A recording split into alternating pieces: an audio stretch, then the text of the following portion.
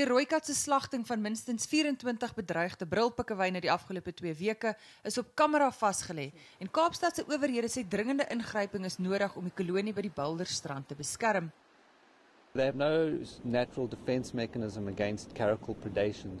So they literally are just sitting ducks, if you excuse the pun, for this caracal. He hardly needs to hunt them. He's kind of just coming in, taking one, feeding on it, leaving. Snags word strikke gestel om die rooikat vas te vat. We kind of know what time he's around generally.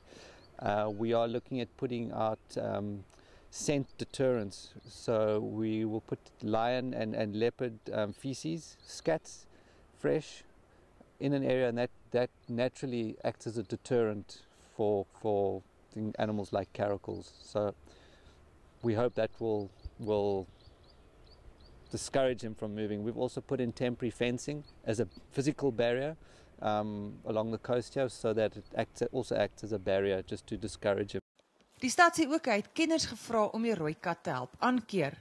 Sodra die dier gevang is, sal dit 'n band met 'n radiosendertjie aankry en in die Tafelberg Nasionale Park losgelaat word.